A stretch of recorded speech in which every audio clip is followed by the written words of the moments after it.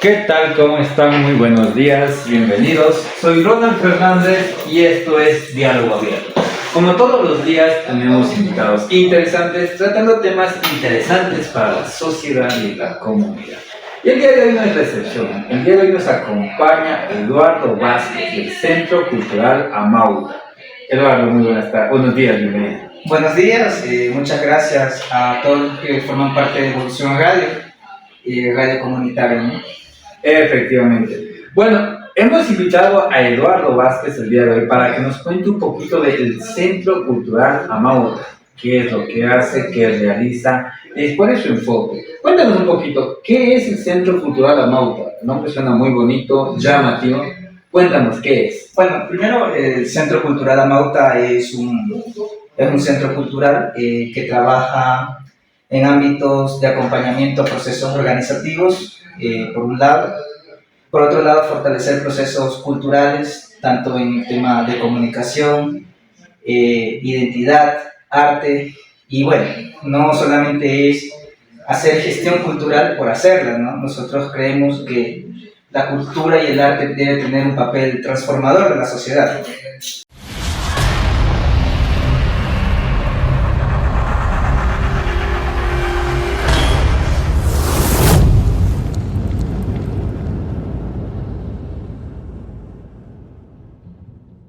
Ya. Cuando hablamos de cultura, no sé, tenemos una ligera discrepancia. Cultura para muchos es la expresión de artes sí, la expresión de distintas artes, o para otros es la forma de vivir diariamente. ¿Qué es cultura realmente? Sí, bueno, en primer lugar, la cultura forma parte de la vida de nuestra civilización a lo largo de la historia, ¿no? La cultura está intrínsecamente vinculada a todos los procesos productivos, por ejemplo. Por algo no se llamara agricultura, por algo no se llamara... La economía forma parte de eso, porque los seres humanos a lo largo de la historia se mueven para buscar la comida, sí, el alimento, sobrevivir, y dentro de esa dinámica social se genera lo que es la cultura. Ahora, obviamente cada espacio, cada territorio tiene sus dinámicas sociales. Por ejemplo, no es la misma la cultura, por ejemplo, de los barrios del sur de Quito que los barrios del norte de Quito. Sí, tenemos mucha diferencia. O, por ejemplo, las comunidades indígenas de la sierra con las comunidades indígenas de la Amazonía, o en la costa, ¿no? Los pueblos montubios, o las ciudades urbanas como Guayaquil, por ejemplo. Claro, no, o sea, cuando hablamos de eso es simplemente el centro y el sur son diferentes. Una comunidad indígena de Otavalo y Cotacachi son diferentes, están en la misma provincia. Uh-huh. Sí, y bueno, nosotros, más que el tema de, como te digo, hacer la gestión cultural, ya, es fortalecer procesos de identidad. Cuéntame esos procesos de identidad. Es algo que se debería enseñar desde las escuelas, pensaría yo. Pero cuéntame un poquito, procesos de identidad, ¿qué son? Bueno, dentro de lo que nosotros vemos es que en el Ecuador, por ejemplo, desde la institucionalidad, no ha habido una mayor inversión dentro de lo que es el fortalecimiento. No hay inversión, sí. Y la cultura es menospreciada, inclusive, en este tema. Entonces, tenemos formatos de cultura, porque, o sea, tenemos la Casa de la Cultura, tenemos el Núcleo de Cultura, tenemos la Secretaría de Cultura, tenemos el Ministerio de Cultura, pero todos están enfocados a la danza, al canto, a la música, actividades que son prácticamente elitistas. Porque son gente, el que tiene recursos entra allá, el que no tiene plata pues no entra. Pero lo estamos estigmatizando como que eso es cultura. Exacto. Bueno, en el caso de lo que estamos hablando ya directamente en los barrios, por ejemplo, nosotros vemos el tema de la identidad como una forma de transformar la sociedad. Los barrios populares, por ejemplo, hay un proceso de alienación total, o sea, de enajenación de la cultura, a tal punto que, por ejemplo, se está perdiendo muchas raíces, identidad. Y en esa lucha es que nosotros entramos, pero no solamente en eso, sino como un rol transformador, porque mira, nosotros hemos recorrido gran parte de los barrios del sur de Quito, por ejemplo, y hemos visto y palpado los grandes niveles de desigualdad social. Entonces, en esos niveles de desigualdad social, por ejemplo, dense cuenta que hay matices, ¿no? Si no se hace un trabajo, si no se interviene en esos sectores a tiempo, esos niños y jóvenes que son víctimas de un sistema pueden ser objeto y víctimas del reclutamiento de las grandes mafias del narcotráfico. Y también pueden ser víctimas de otro tipo de formas de enajenación. Sí, cuando hablamos, son nichos, creo que podría decirse, vulnerables, que se encuentran no solamente en el sur de Quito, en muchas partes del país. Pero, ¿cómo hacemos que vuelva o que se recupere el amor, que se recupere la identidad, el amor a la patria, el amor al suelo ecuatoriano? Porque gracias a esa pérdida es la identidad que tenemos. O sea, no tenemos identidad, adoptamos lo que nos venga como novelería. Claro. Hace pocos días conversaba con otros invitados y llegamos a la conclusión de que Perú es bastante nacionalista, México es bastante nacionalista, pero Ecuador le da lo mismo cualquier canción ecuatoriana, cualquier artista ecuatoriano, cualquier talento ecuatoriano, prefiere más lo de afuera que lo de adentro, que lo que es de aquí. Y aquí no tenemos identidad, porque cuando hablamos de música, no hay una música ecuatoriana, son mezclas de varias músicas de otros géneros.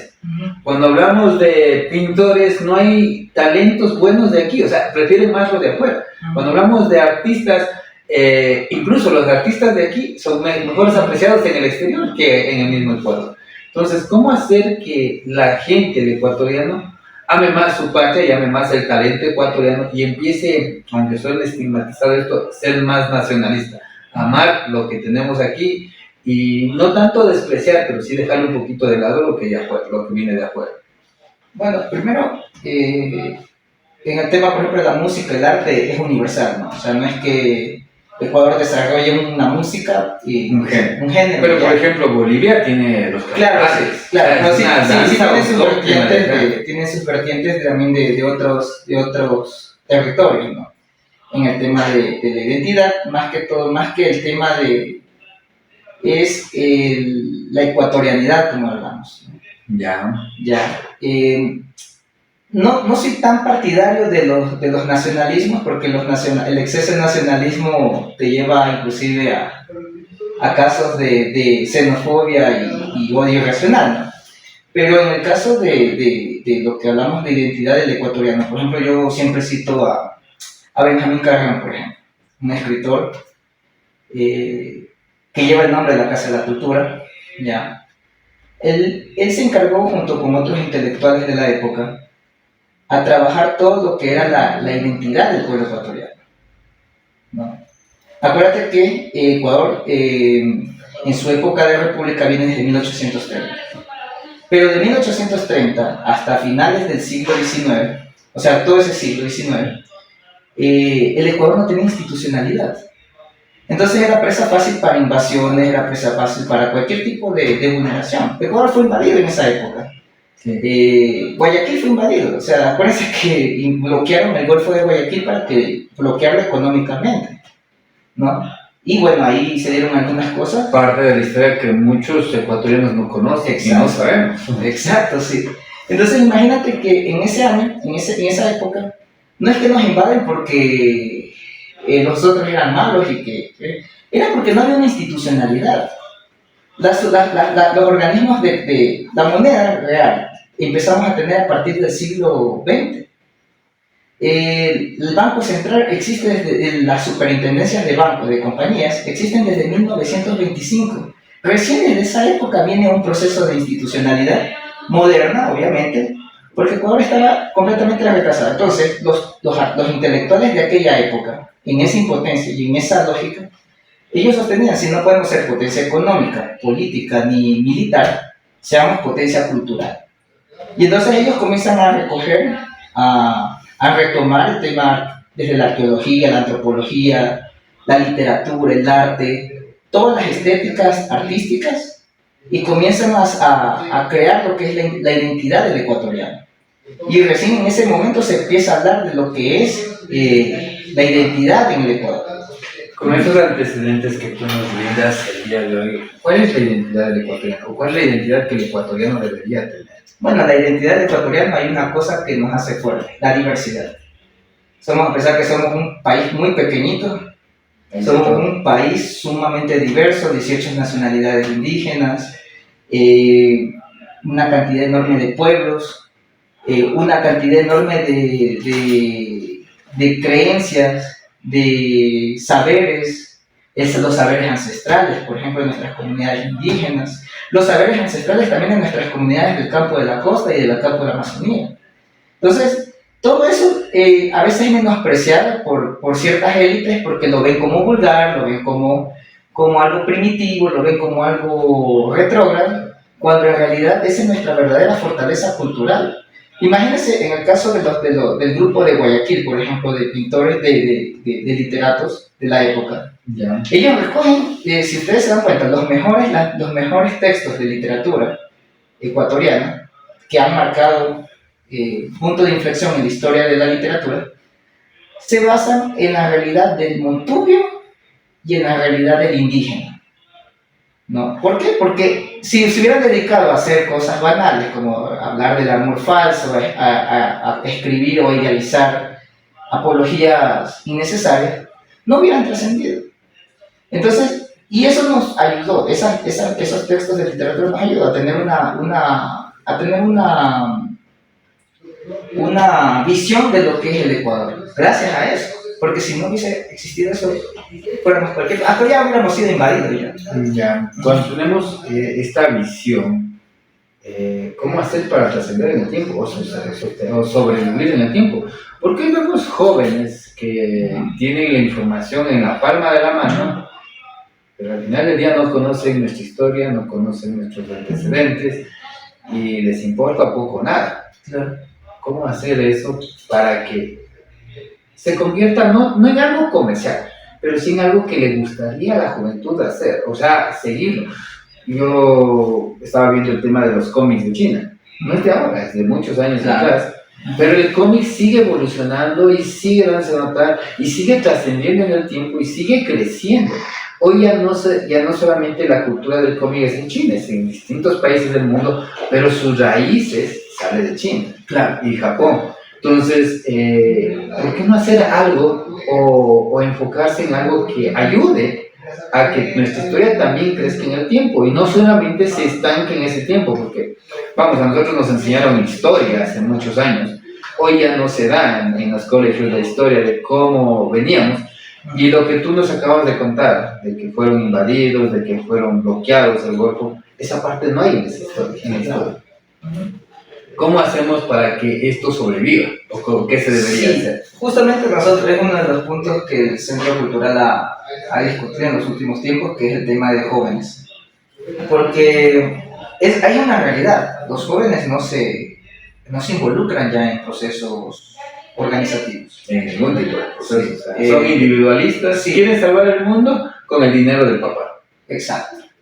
Ya, muy diferente, por ejemplo, inclusive hasta en la época que yo estudiaba, ¿no? O sea, cuando era adolescente, estaba en colegio o universidad, había un espíritu de salir a las calles y luchar contra ciertas injusticias que se estaban dando en la época. Vamos, salíamos porque subían el gas, porque subían la leche, porque subían un centavo el pan. O sea, si algo nos afectaba comunitariamente, socialmente, salíamos. Sí, exacto. Hoy no sale. Hoy estamos viendo que cuando a Galán Caranco, que se le votó a Lucio Gutiérrez porque subió un centavo la leche, se lo votaron. Y hoy vemos cuántos centavos más ha subido la leche y nadie hace nada. Vemos cada vez que tenemos mayores delincuencia en las calles y nadie hace nada. Entonces, el tema de la juventud es un tema muy serio, pero también eso tiene que ver con la metodología también de trabajo de las organizaciones, ¿no? ¿De trabajo o de trabajo dentro de los territorios, ¿no? Porque a veces los tiempos cambian, ¿no? Y también hay que ver las dinámicas juveniles. Por ejemplo, en este último tiempo, por ejemplo, hay compañeros y compañeras. Por ejemplo, mira, esta revista que se llama Mauta Nuestra Voz fue construida colectivamente y quienes asumieron el trabajo de la de las reportajes y fueron compañeras jóvenes que estaban entre 20 años y 23 años, ¿no? Son compañeras que han llegado a un nivel de conciencia de entender que las cosas no se logran de manera individual, sino de manera colectiva y comunitaria. Y dentro del Centro Cultural La Mauta tratamos de expandir este tipo de formación popular. Justamente el próximo mes vamos a dar una formación a jóvenes, a líderes juveniles. Por ejemplo, dentro del Centro Cultural, y eso también te quería mencionar, estamos haciendo también trabajo con jóvenes. Por ejemplo, estamos firmando convenios con universidades, con institutos, con las universidades que hemos hecho convenios desde hace algún tiempo atrás para el tema de pasantías, y que estos jóvenes que se involucran con la sociedad ofrezcan formación, por ejemplo, a los emprendedores, en temas de comunicación popular, etcétera, ¿no? Para fortalecer la misma organización popular. Y también, obviamente, ofrecemos de pronto algunas alternativas a jóvenes que quedan rezagados del proceso de educación superior, y se puede firmar convenios de becas también para los institutos tecnológicos superiores, ¿no? En este caso... Vamos desde el inicio. ¿Qué nomás realiza el Centro Cultural La Mauta? Bueno, nada. Vamos, porque me acabaste de desglosar un poco de actividades, pero exacto, vamos a ir un poquito desglosándole poco a poco para ver desde dónde nace, o sea, ¿qué tenemos para los niños? Vamos desde los niños, o cómo es el proceso del centro. Bueno, a los niños anualmente se hacen los vacacionales. Vacacionales, sí. ¿Qué actividades? Pintura, deportes, fútbol, se hace también escultura, se hace con ellos dinámicas para niños, ¿no? Para que de pronto ayudar la motricidad, ayudar la formación, y entre otras cosas que a ellos les beneficia, y también les beneficia a los padres, porque también asumir esa tarea es importante, ¿no? Porque tener un niño en la casa, el compromiso, y aparte de eso se lo va guiando, ¿no? O sea, no es que se les enseña, sino que también se les va enseñando valores, ¿no? Como la solidaridad, la honestidad y la empatía, ¿no? En el caso de niños, ¿no? En el caso de barrios, por ejemplo, se da lo que son los acompañamientos a procesos barriales. ¿Ya? Cuéntame, ¿cuáles son los acompañamientos? Bueno, nosotros hacemos actividades en conjunto con comités barriales, por ejemplo, barrios amigos, dirigencias amigas, como por ejemplo Hospital 2. Vamos desde el inicio. ¿Cuáles son las necesidades que tiene un barrio? Un barrio vemos que se organizan para pedir agua, se organizan para pedir las calles, se organizan para ver el tema de la recolección básica, pero una vez que ya tienen todo, desaparece la organización. Claro, eso es economicismo, ¿no? Vemos que ya llegaron, cumplieron su objetivo. En muchas cooperativas de vivienda ha pasado eso, que tenían ese compromiso, se unieron para hacer hasta las calles, inclusive. Pero una vez que lograron su objetivo, se les adoctrinó, tuvieron agua, luz, se olvidaron. Exacto. No, nosotros no vamos por ese sentido. Nosotros no vamos por el sentido economicista. El economicismo es que, por ejemplo, vamos a luchar por reivindicaciones pequeñas, cumplimos el objetivo y se acabó la organización. Eso nosotros no somos partidarios. Nosotros más vale creemos desde la lógica del acompañamiento, desde la formación popular, ¿no? De líderes sociales, de dirigentes sociales. Formarlos, exactamente. Creemos también en el proceso de construcción colectiva, porque esto no es cuestión de caudillismo, esto no es cuestión de egocentrismo de ciertos dirigentes, sino que nosotros damos las herramientas para que los barrios, por ejemplo, aprendan a organizarse. Y también con una concepción que nosotros entendemos y que siempre hemos practicado, que es la visión del poder popular. Que es que la fuerza sale del mismo pueblo, no pidiendo nada, esperar que alguien venga. Exactamente. A ver, cuando decimos un proceso de construcción, de formación, quiere decir que les enseñamos a ellos a empoderarse de sus espacios y de sus acciones, o bueno, como hay en la mayoría de movimientos políticos, de buscar el Salvador y el Mesías quien venga a pelear por ellos. Nosotros no somos de eso. Justamente nosotros, inclusive dentro del Centro Cultural, tenemos una práctica, independientemente de las coyunturas electorales, somos muy respetuosos, ¿no? Pero lo que sí hacemos, por ejemplo, y tratamos siempre de poner el dedo en la llaga, es cuando hay niveles de injusticia. Por ejemplo, una de las cosas que nosotros hemos venido protestando es el tema de la criminalización de la pobreza y violación de derechos humanos. Lo que pasó en Guayaquil con los 4 niños de Malvinas es producto de de un plan de criminalización de la pobreza, producto de una militarización a base de crear un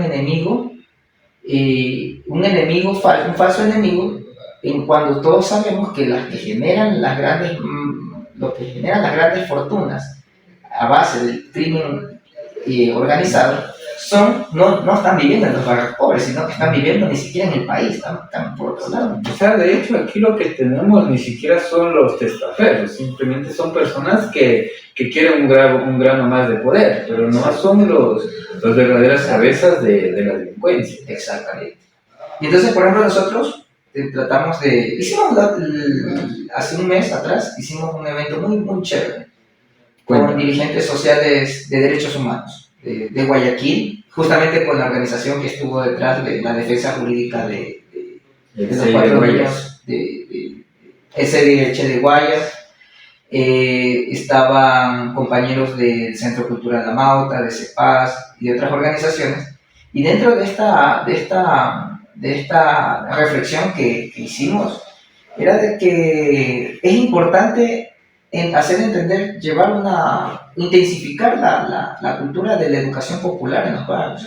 Porque a veces los medios de comunicación y los hegemónicos, ¿no? Porque ustedes son un medio de comunicación, pero los medios de comunicación hegemónicos, más la ideología burguesa real como nos imponen, nos dicen que los culpables de la pobreza y de la delincuencia son los delincuentes que están ahí merodeando, los de las calles. Los de las calles, ¿no?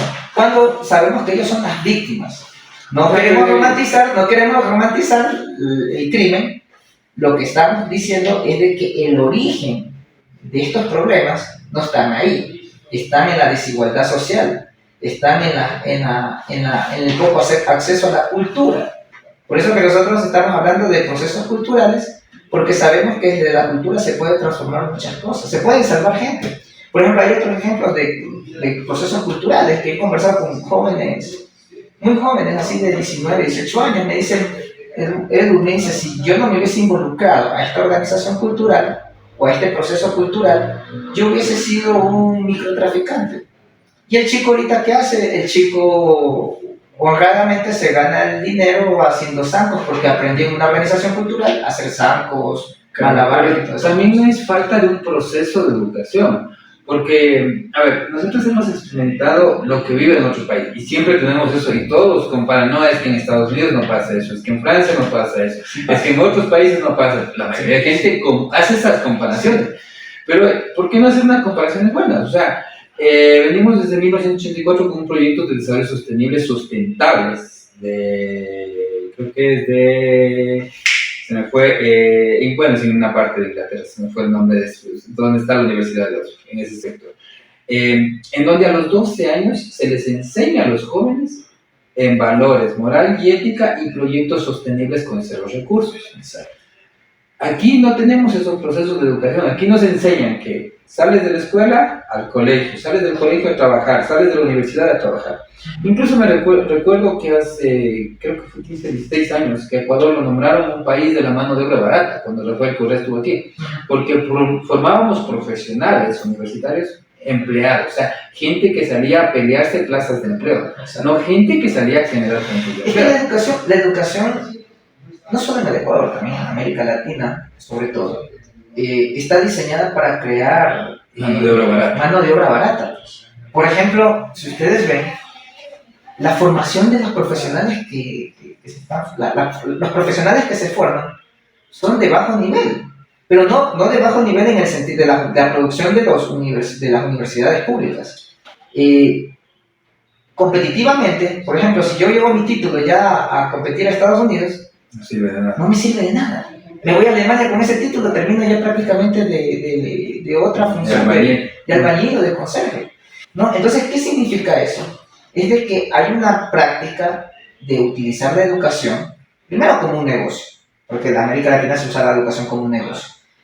Y segundo, ese negocio, o sea, lo que produce, la producción en masa de trabajadores, es funcionales a un sistema, a un modelo que está acoplado a un modelo de subdesarrollo o un modelo dependiente de países capitalistas poderosos.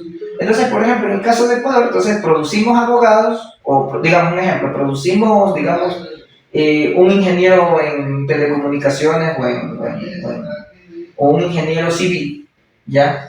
Para que sea competitivo en esta área, ¿ya? Netamente, ¿ya? Y sea funcional a este modelo, ¿no?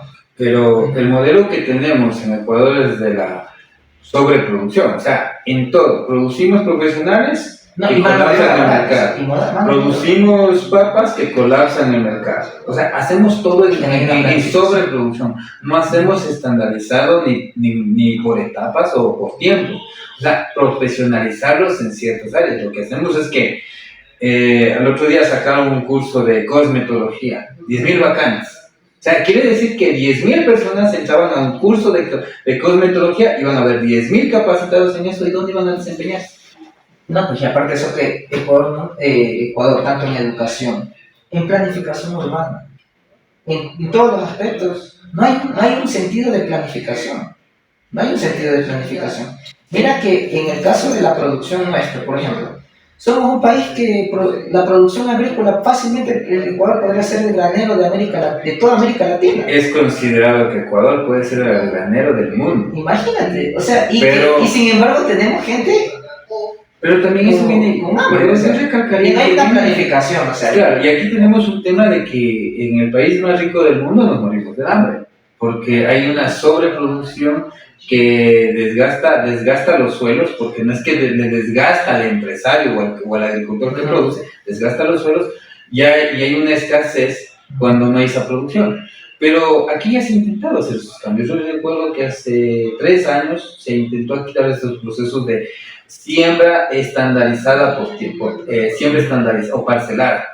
¿Qué quiere decir? Que si tienes 2 hectáreas, divides para 12 meses, porque Ecuador, gracias a Dios, es el único país en donde puedes sembrar todos los días del año y puedes cosechar todos los días del año. Pero no lo quisieron hacer.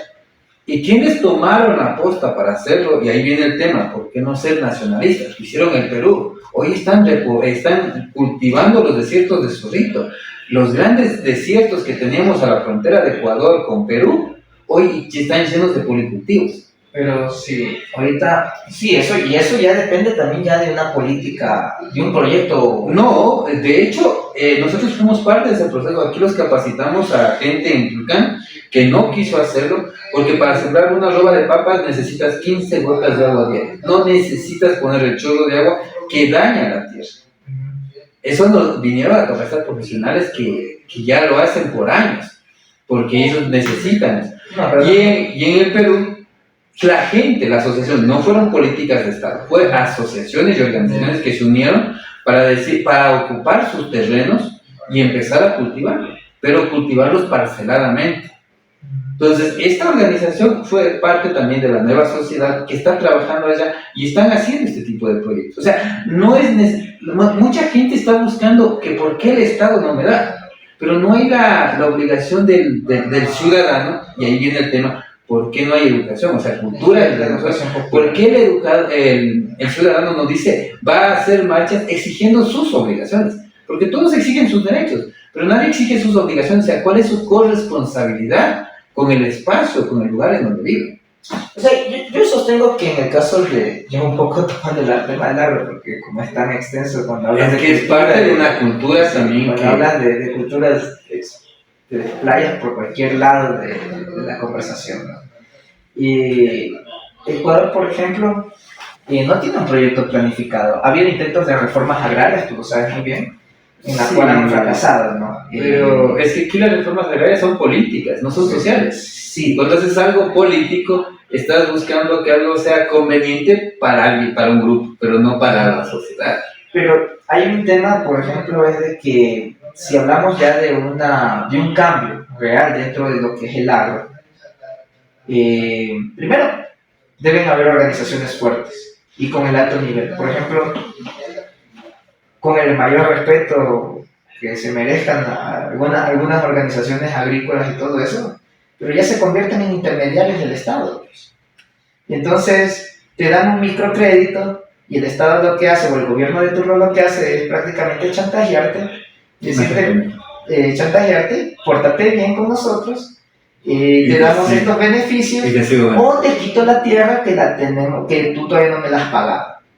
Entonces prácticamente en el caso del agro, ahí existe esa dificultad enorme y prácticamente los que son el cordón umbilical del agro y de la producción agrícola son estas organizaciones, porque ellas te pueden determinar si de sin ellos paramos la producción, nos dejan sin comer a todos. Sí. Si de ellos deciden, vamos a cambiar y transformar las formas de producir y vamos a ser más eficientes, lo van a hacer. Pero tampoco hay una visión real y bueno, ahí te coincido también bastante con lo que estás diciendo, porque en ese sentido las organizaciones se han acoplado y se han acoplado al mismo modelo neoliberal inclusive.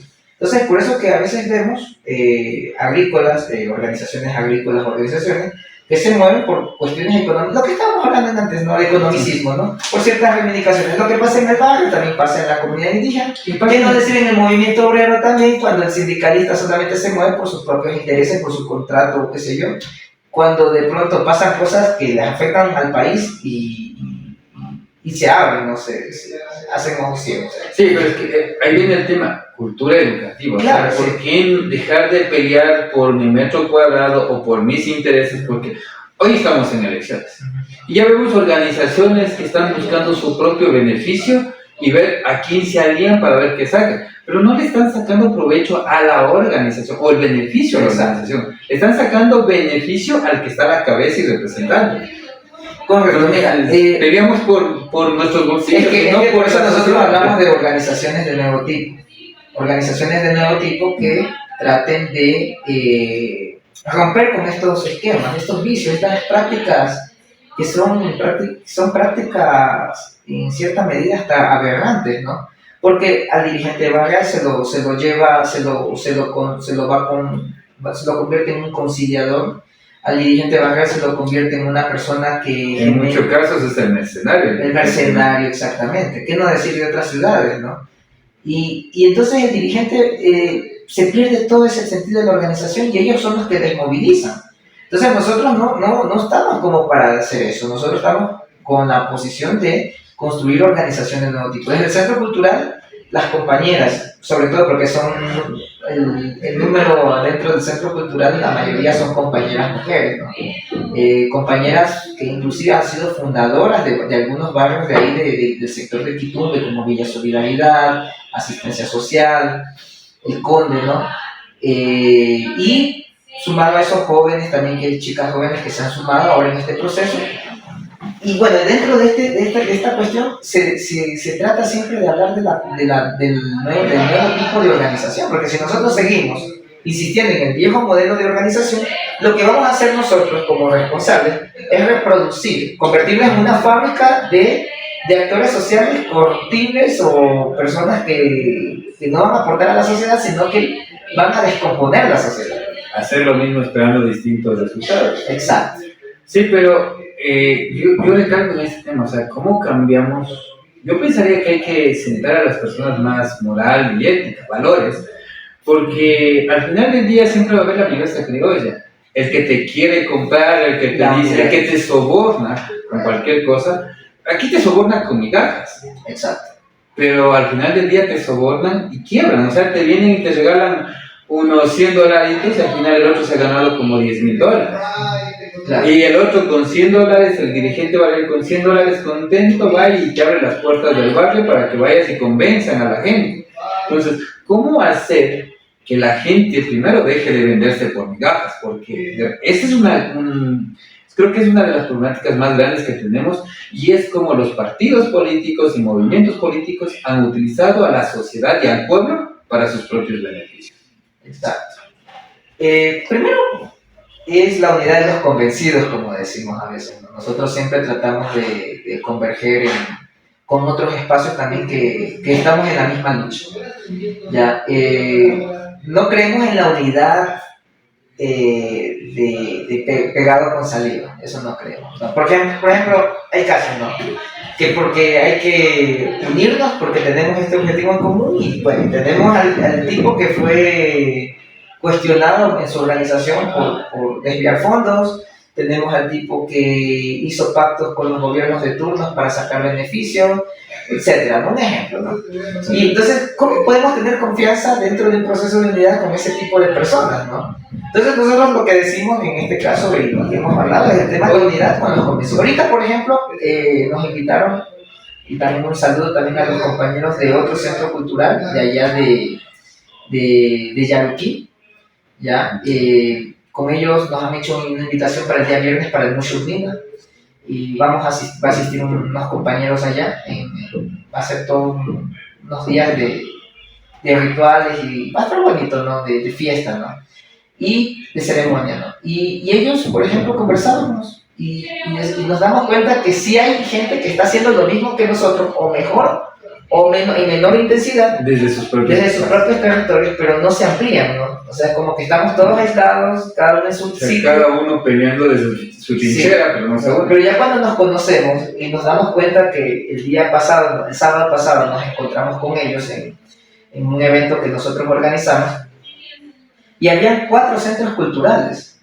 Había uno en Yaruquí, el de Carcelén, el de Atucucho y el de La Mauta, que es el del sur de Quito. Y cuando nos dimos cuenta, 4 centros culturales, ¿y por qué no juntarnos en un espacio y poder conversar y dialogar y reflexionar para ver cómo convergemos en una propuesta real de nueva cultura, ¿no? De trabajo de identidad, y que ya no sea un trabajo aislado, sino un trabajo ya de convergencia. Y es muy importante eso. También hay que filtrar, porque por ejemplo tú mencionaste el de Carcelén es político. O sea, es formado y financiado por entes políticos, movimientos políticos. Entonces, ¿cómo hacer esto que no...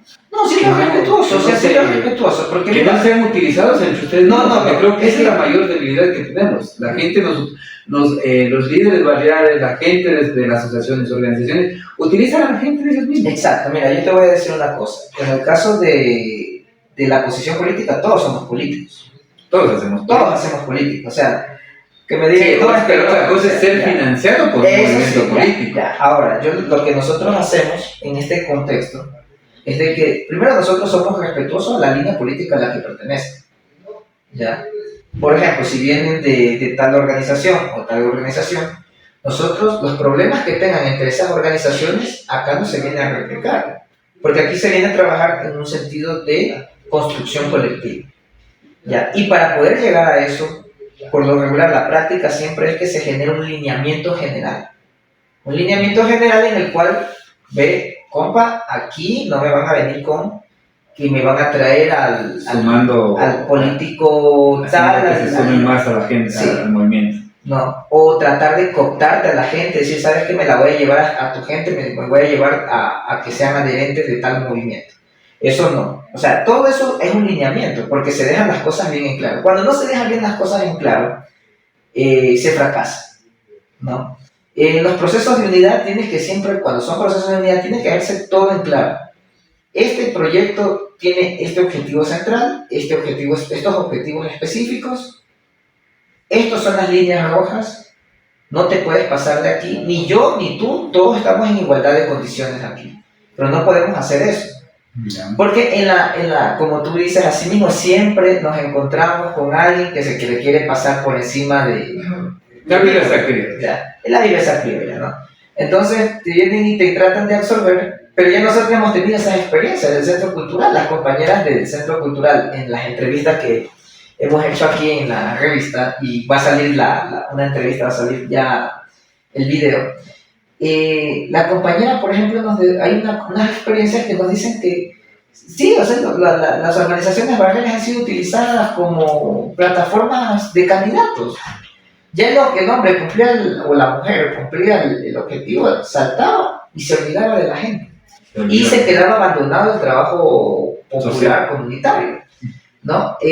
Por ejemplo, en el caso de ciertos elementos, por ejemplo, en las experiencias que hemos conversado con algunos dirigentes barriales de diferentes sectores, siempre te llegan los candidatos a tal con dádivas y todo eso, ¿no?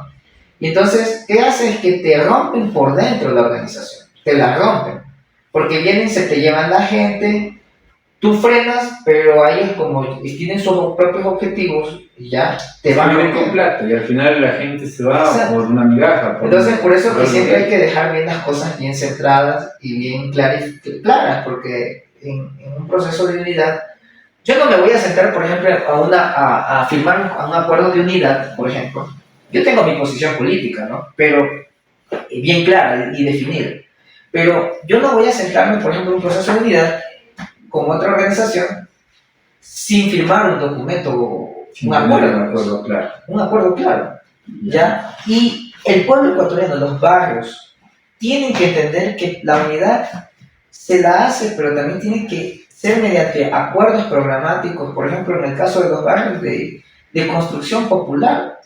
Porque yo te voy a poner un ejemplo. Yo nací en Guayaquil y conozco muy bien cómo fue el desarrollo allá. Los barrios del sur, los barrios de Guayaquil y Quito nacen casi al mismo tiempo, por la migración del campo a la ciudad y crecen de forma de producto de clientelismo y desproporcionalmente y todo eso. Pero si tú te das cuenta también, ya una diferencia entre ciertos barrios de Quito y Guayaquil, en Guayaquil no hay nada, comparado con Quito, ¿no?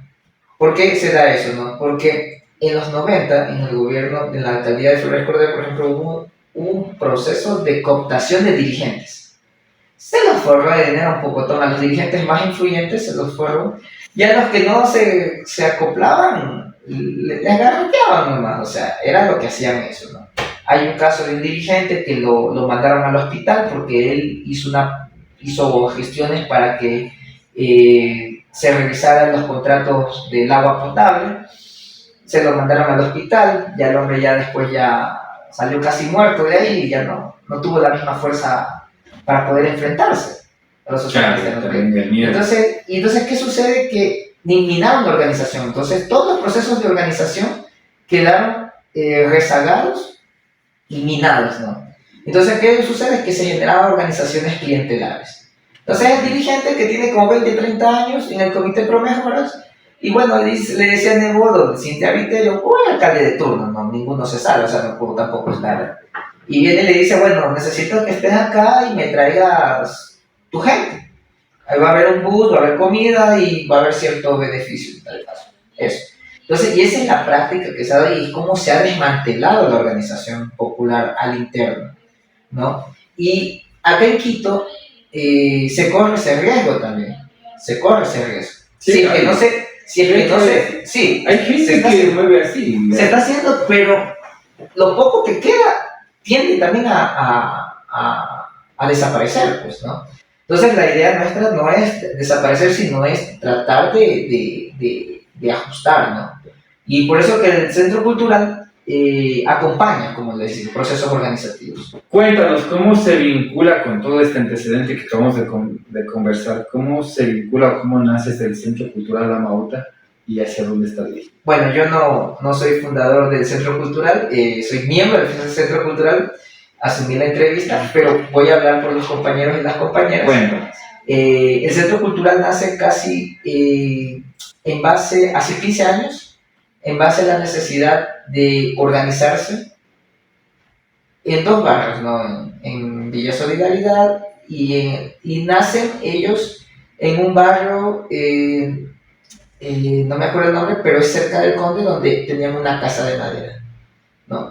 Hicieron gestiones, comenzaron a hacer actividades culturales y ahí empieza todo el proceso, ¿no? Desde ahí empieza todo el proceso, se extiende Villa Solidaridad, Asistencia Social, El Conde, Hospital 2, Alianza Solidaria, ¿no? Empieza a expandirse por todos los barrios, ¿ya? Dentro de estos periodos de 10 años, podría decir, el primer periodo es el periodo como de empoderamiento y de aprendizaje, porque tú sabes que toda organización, cuando te lanzas, no es que tú llegas y te abren las puertas, o sea, aparte de eso también el conocimiento, a veces también el mismo trato con la relación con la gente, ¿no? Te vas dando cuenta en el camino con quién fiar, con quién no fiar, etcétera, ¿no? Ya, todo eso han venido ellos aprendiendo. Y durante ese tiempo, por ejemplo, lograron hacer cosas muy lindas. Todo el tema de los vacacionales, el tema del trabajo cultural.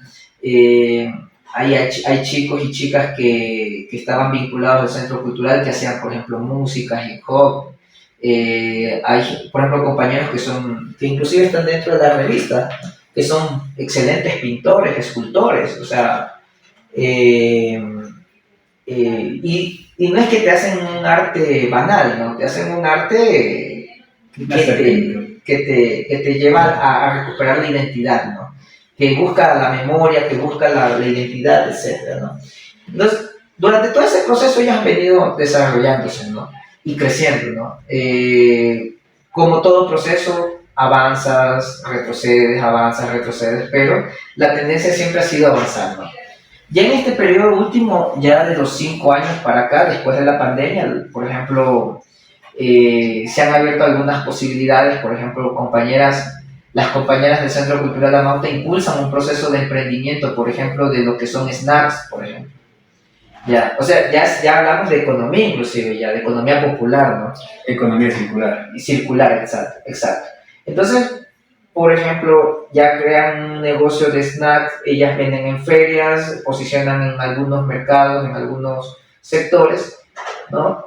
Se generó otro proceso de emprendimiento de camisetas, con jóvenes también, con los jóvenes del Centro Cultural, donde se hacen gorras, camisetas, etcétera, ¿no? Luego de esto, por ejemplo, también se ha fortalecido ya el Centro Cultural en el ámbito de comunicación, porque la comunicación parece mentira, pero es una de las debilidades más grandes de las organizaciones. Si tú no tienes una muy buena comunicación, y tú que como comunicador lo sabes muy bien, la organización es invisibilizada, por muy buen trabajo que tengas. Puedes tener mejor trabajo, pero si no hay buen talento de comunicación, no te sirve. No expandes, ¿no? No crees. Y por ejemplo, la otra vez ahora, por ejemplo, las redes sociales, ya tenemos unas redes sociales que ya se están como empezando a mover. ¿Cómo los encuentran en las redes sociales? Amauta Quito. En Instagram como Amauta Quito y en Facebook, en la página de Facebook como Centro Cultural Amauta. Y en Twitter también nos encuentran también como Amauta Quito. Para que se enteren más de esta información, ¿pueden encontrar en las páginas? ¿Qué más pueden encontrar en las redes sociales? Bueno, más que todo la agenda de actividades. Cuéntanos la agenda de actividades, ¿cómo está programada esta agenda? Bueno, esta agenda de actividades sí va a estar larga. De este año la planificamos en enero. Hay, por ejemplo, para este mes, fin de mes, va a haber un cineforo por el tema de Palestina. O sea, se rompió otra vez el cese al fuego en Medio Oriente. Vamos a hacer un cineforo más o menos sensibilizando sobre esta situación de la guerra, más que todo como una cuestión desde la posición humanista, ¿no? Porque nosotros también tenemos principios humanistas en contra de las guerras imperialistas, ¿no? Viene los eventos participaron las compañeras de la marcha del 8 de marzo, por ejemplo, en este mes. Este mes la semana pasada tuvimos el lanzamiento de la revista Amauta Nuestra Voz, que es una revista de cultura y de... ¿Dónde pueden conseguir la revista? Bueno, la pueden conseguir también escribiéndonos en las redes sociales y nosotros buscamos la forma de cómo hacerles llegar o encontrarnos. ¿Hay algún sitio donde se puedan acercar a oficinas? En el Conde, en la Susana Letor, también ahí está la sede del Centro Cultural, ahí tenemos los ejemplares también. También tenemos digitalmente, o sea, si nos escriben al correo, se lo podemos hacer llegar de manera digital. Por WhatsApp o por WhatsApp, por correo electrónico. Por correo electrónico, lo podemos hacer llegar también por las redes sociales, o sea, nos escriben en las redes sociales, Amauta Quito en Instagram, Centro Cultural Amauta en Facebook, Amauta Quito en Twitter y en X, ahora que es X, y les enviamos el link o el enlace para que... ¿Qué no pueden encontrar en esta revista? ¿Qué hay de novedoso? ¿Qué hay de nuevo? ¿Qué hay de bueno? Bueno, hay varias temáticas. Es una revista de 16 páginas, ¿no? Una revista que que tratamos de abordar algunas temáticas que nosotros hemos trabajado o estamos trabajando. Por ejemplo, como tú sabes, toda revista tiene su editorial, ¿no? El editorial aborda el objetivo directamente de la revista, ¿no? Ya. Abordamos el tema de los huertos comunitarios. Una de las cosas importantes es que las compañeras del Centro Cultural tienen una visión de huertos urbanos, y tienen una posición de hábitat, ¿no? de nueva hábitat, ¿no? de ciudad, porque a veces nosotros creemos que las ciudades grandes como Quito, Guayaquil, Cuenca, solamente tienen que estar cubiertas de cemento, ¿no? y estamos haciendo un enorme daño, ¿no? Bueno, hoy hay una nueva tendencia, ¿no? de hacer estos huertos, huertos urbanos en paredes, fachadas de edificios, terrazas. Incluso en Nueva York viene haciendo desde hace 10 años la apicultura en las terrazas de los rascacielos. Exacto, sí. También tenemos, por ejemplo, el tema del talento, el talento joven o el talento del sur de Quito, ¿no? Por ejemplo, hicimos una nota a dos compañeros pintores y escultores. Hicimos también un reportaje sobre dos compañeras, una compañera ya mayor y una compañera joven, una chica joven, una cantante de pasillo y la otra cantante de pop, por ejemplo. Y le hicimos un reportaje sobre lo que hacen ellos, ¿no? Abordamos temáticas sociales, por ejemplo, como pobreza, o sea, hemos hecho un artículo sobre la pobreza, tenemos un artículo sobre migración, sobre la migración tanto interna como externa. ¿Hay algún índice de la pobreza en Ecuador? Exactamente no tengo, porque obviamente es una cuestión... No, o sea, algún índice, o sea, tal vez una encuesta, algo que diga, hay de cada 5, de cada 10 personas, hay una cantidad de personas que viven. El otro día escuchaba un tema que decía que el 60% de la población vive con menos de $2 al día. Bueno, escuché eso, creo que en televisión. Sí. La precisión, te sería mentiroso decirte que voy a ser preciso y te voy a decir... No, o sea, un índice, la precisión, o sea, es una encuesta y cuesta bastante recursos hacer eso. Obviamente las condiciones económicas de los barrios, por ejemplo, se las puede ver a simple vista. Superficialmente se las puede ver. Sí, por ejemplo, los barrios del sur, que es donde nosotros estamos trabajando y levantando, por ejemplo, gran parte de los asistentes de los eventos que hacemos, eventos amplios, ¿no? Ya son personas que vienen de un nivel que está por debajo del índice de la pobreza, de los estándares de pobreza, ¿no? Y en este caso, por ejemplo, estamos hablando de que muchas de las personas llegaban a nuestras actividades, más que por la actividad, llegaban de pronto por coger de pronto un pan, un café o un sándwich. No, y ese tema, por ejemplo, esa muestra, porque es una muestra real, te pone a pensar mucho, ¿no? Porque de pronto tú vas a una actividad y si te brindan chévere, coges y no pasa nada. Pero si tú vas solamente por eso es porque el mensaje es muy claro. Y muchos de ellos eran niños, ya altas horas de la noche haciendo cineforos y nuestro público era niño. Entonces, y le preguntábamos sobre los padres estaban trabajando, eran guardias de seguridad, muchos de ellos migrantes, ¿no? Entonces, por ejemplo, dentro de este tema tenemos el tema social, tenemos el tema de salud mental, por ejemplo. No, estamos trabajando también salud mental. Salud mental, cuando hablamos de salud mental, lo que se me viene a la cabeza es la pandemia. Después de la pandemia todos tuvieron ataques de depresión, ansiedad, se disparó bastante el tema de hoy sí tener la necesidad de un psicólogo casi al lado, podría decirse. No, porque sí. Antes el psicólogo era para los locos. Hoy realmente vemos que el psicólogo es necesario para una vida, para mantener una estabilidad. Mira, el tema de la salud mental siempre debió haber sido un derecho público. O sea, así como exigimos educación y salud medicinal gratuita, debería ser también el tema de la salud mental. Porque mucho antes de la pandemia, inclusive, el nivel de pobreza y los niveles de violencia, por ejemplo, de género, los niveles de violencia intrafamiliar, infantil, temas de pronto aislados, pero que por ejemplo la depresión. O sea, la depresión, o sea, aquí en Quito siempre tú escuchas las noticias, gente que se suicida.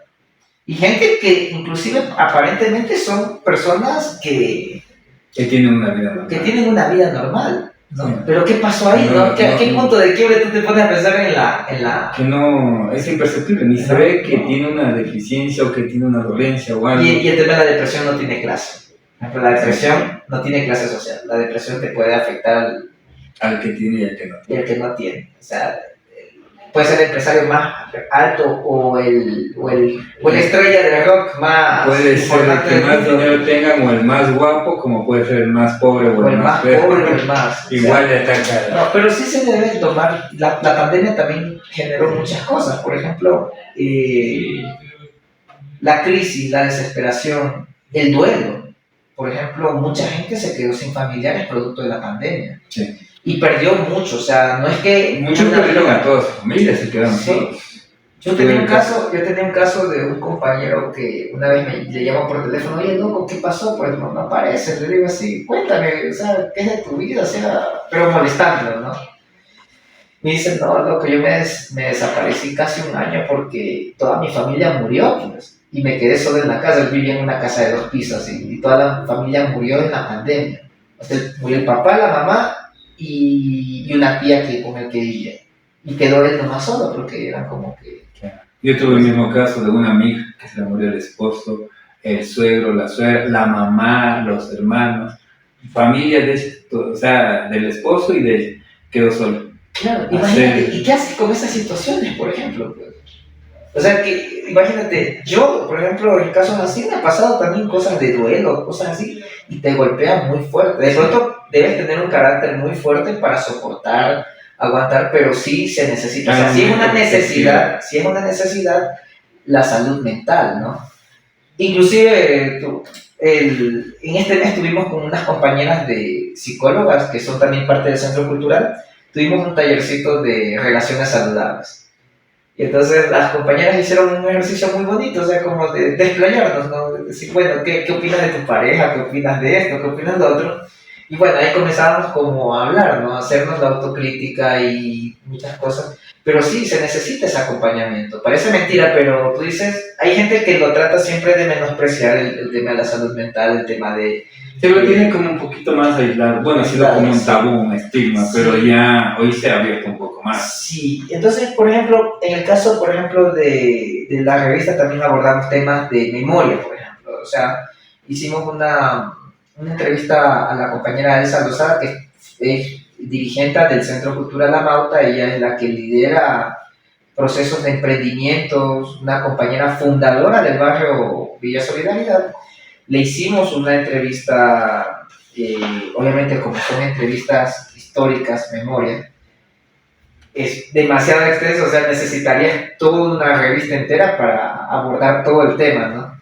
Pero se sacó como un extracto y el resto de lo más importante se lo va a sacar como en un video ya tipo podcast para poderlo ya difundir en las redes bajo las cuentas de TikTok y Reels de Instagram directamente. Entonces, ¿qué sucede? Que ahí también logramos entender algunas cosas sobre el desarrollo de los barrios, sobre cómo han venido luchando. Por ejemplo, me decía que ha sido una lucha desde los 90, desde el 90 y era 1998 y todavía ellos no lograban como decir, concretar el tema al 100% el tema de la vivienda. Entonces, imagínense para una persona obtener un nivel de vivienda digna, 8 o 10 años, 20 años de lucha, para que, o sea, imagina, 20 años de lucha para obtener algo que es tan básico elemental como la vivienda. Que la vivienda debería ser garantizada a las familias, a todas las familias, porque obviamente indirecta o indirectamente se aporta a la sociedad, ¿no? Obviamente hay que ver las formas pero el país tiene las condiciones inclusive para tener una vida digna, pero no hay el interés de de las élites directamente, ¿no? De la decisión política. Sí, de las élites, sí, la decisión política. No hay voluntad y tampoco les interesa, ¿no? Entonces, bueno, todas estas temáticas abordamos en la revista. Son parte también, están intrínsecamente vinculadas al trabajo que hace el Centro Cultural, de promover el arte, de promover la identidad, la memoria, la cultura, de ir trabajando en procesos organizativos, ¿no? No incidimos, no ingerimos, no tratamos de ingerir en organizaciones. Por ejemplo, la injerencia es algo que nosotros no tomamos dentro digamos, de procesos variables. Lo que nosotros hacemos directamente es, bueno, ¿cómo estamos? ¿Qué posibilidades hay de levantar esto? ¿En qué podemos aportar? Y nosotros tenemos esta propuesta. Nuestra propuesta directamente es una propuesta de conciencia y de transformación, porque nosotros no nos interesa formar líderes, buenos líderes, pero que al final del camino se nos desvíen y nos traicionen, pues, ¿no? Como ha pasado a lo largo de la historia de nuestros barrios. Sí, efectivamente. Bueno, yo pienso que esto es un poquito más que deberíamos tratarlo en otras ocasiones más también, porque tratar de la cultura en el Ecuador es bastante grande. Sí, súper. ¿Cómo pueden hacer las personas para contactarse, participar, los que están más que todo al sur de Quito? Sí. ¿Cómo pueden hacer para integrarse al centro cultural? Ya, bueno. La primera forma es escribiéndonos en nuestras redes, contactándonos. Las personas que tienen Instagram lo pueden hacer mediante la página de Instagram Amauta Quito, ¿no? Amauta Quito. Ya, también nos pueden contactar en el Facebook como Centro Cultural Amauta, nos mandan un mensaje, nos escriben y nosotros inmediatamente les respondemos, ¿no? En el Twitter también nos pueden localizar, ¿no? También tenemos un correo electrónico en el cual también se llama Corporación Amauta, amautasinchi@gmail.com. Ya nos escriben. Vuelvo a repetir, Corporación Amauta Sinchi @gmail.com, ¿no? Nos contactan ahí, ¿no? Nos escriben y vemos las formas de cómo contactarnos, enviarles las actividades, ¿no? Esta semana tenemos una actividad conjunta. Nos ibas a decir cuáles son el cronograma de actividades. Sí, las actividades. Cuéntanos. Ya, este viernes, por ejemplo, bueno, mañana nos invitaron a un evento que no todos vamos a participar, pero van a participar unos delegados jóvenes para el Mushumnina en Yaruquí. Mushumnina. Sí, sí, ya. Ahora vamos a participar el sábado en Cochasquí, vamos a ir a un evento, una ceremonia, también por el Mushumnina, que es una fecha ancestral. Vamos a participar junto con otras organizaciones. Como una actividad de integración, ¿no? Ya, eso por este lado. La próxima semana vamos a estar organizando el viernes próximo, al próximo viernes 28 de marzo, vamos a estar proyectando una película, la ganadora del premio Oscar, que es una película palestina, un documental, que ganó como el premio al mejor documental. Esa la vamos a proyectar en Hospital 2. En el barrio Hospital 2. En el barrio Hospital 2. Sí. Eso es. Bueno, dibújame que me pierdas. Eso es como de la parada del Capulí. Ya.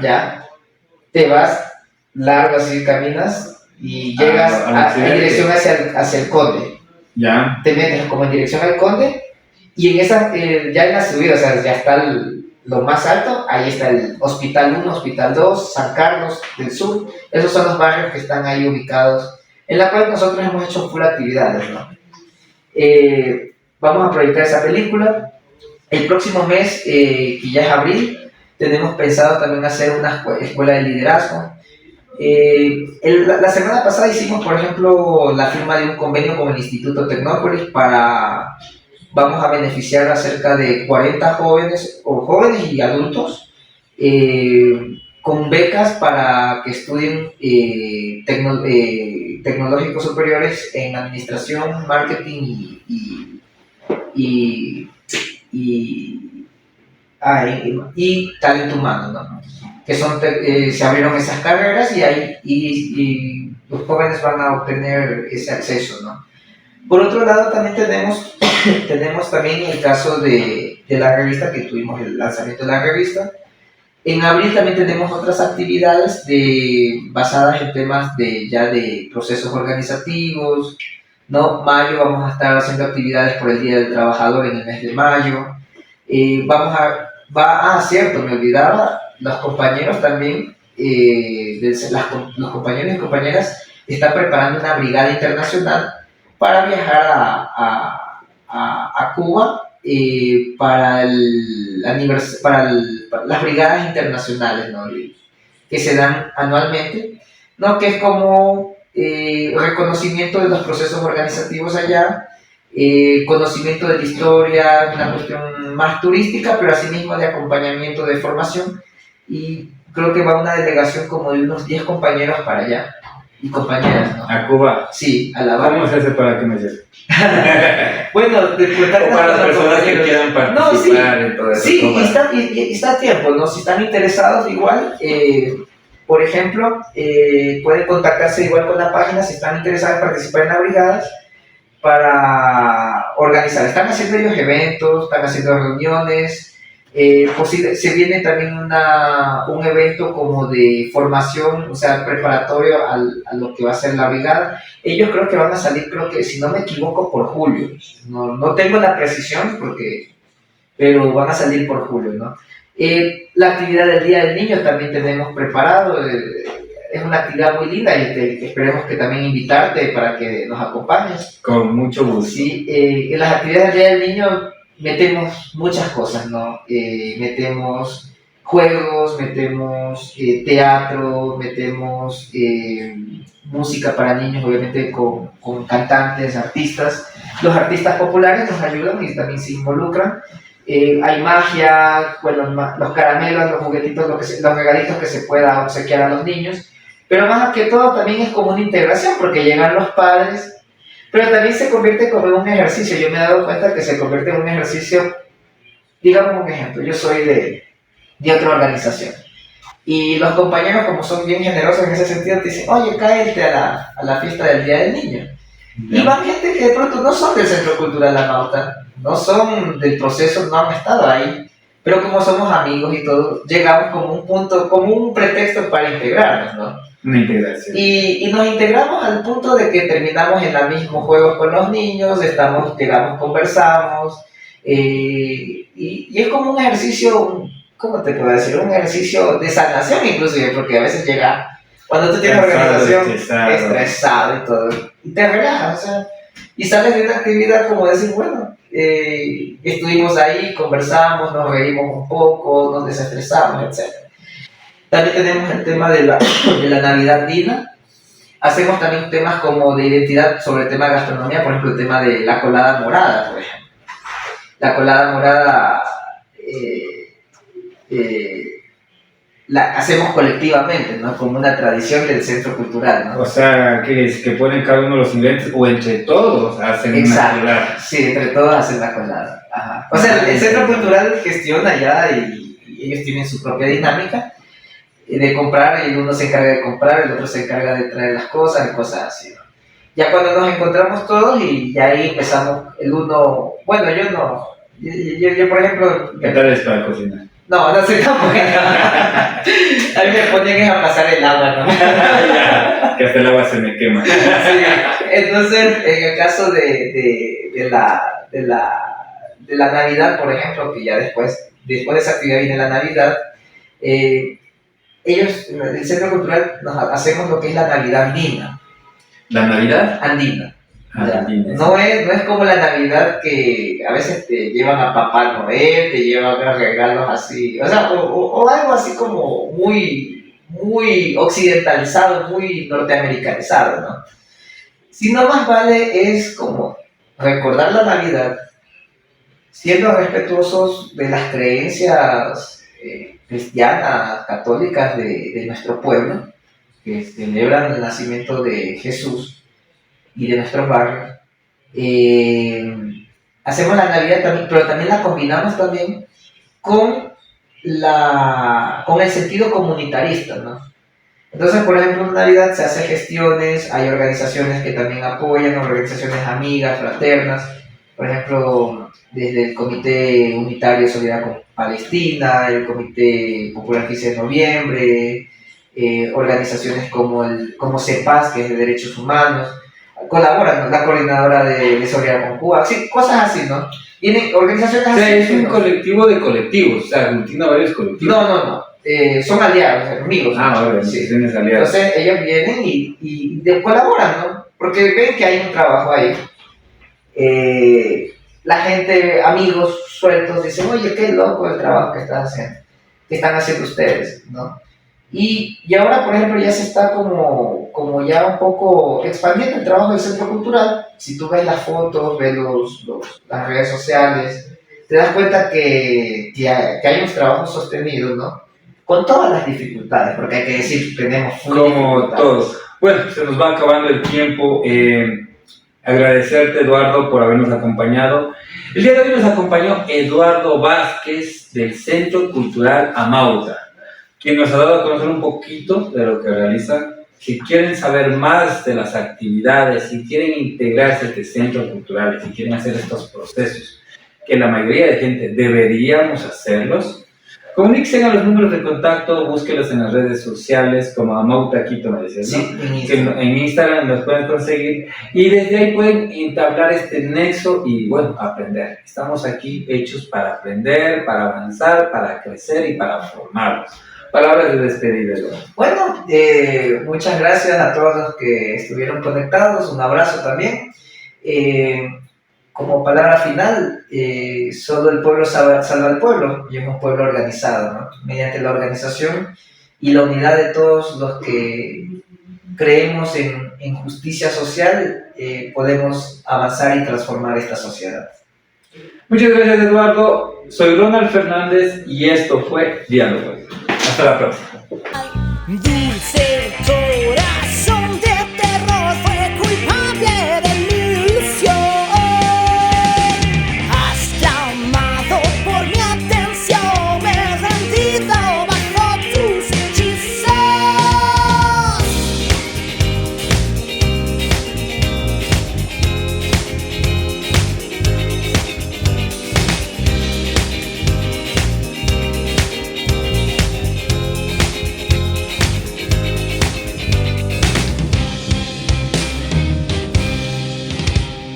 Lleva en su rostro el velo de una pasión, diáfana mirada, desgarra mi alma, me ahoga y me salva. Y si quieres,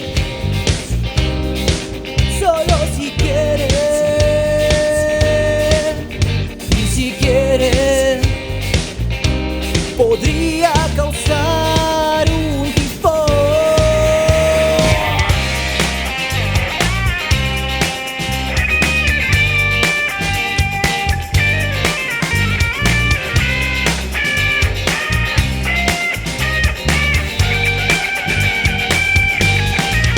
Mientras te comes más y más, mi corazón flotamos, entrelazando las almas, bramando latidos y dando ritmo. Oscura pasión y oscura fulminante preciosura que deslumbras. Alócame con tu dulzura.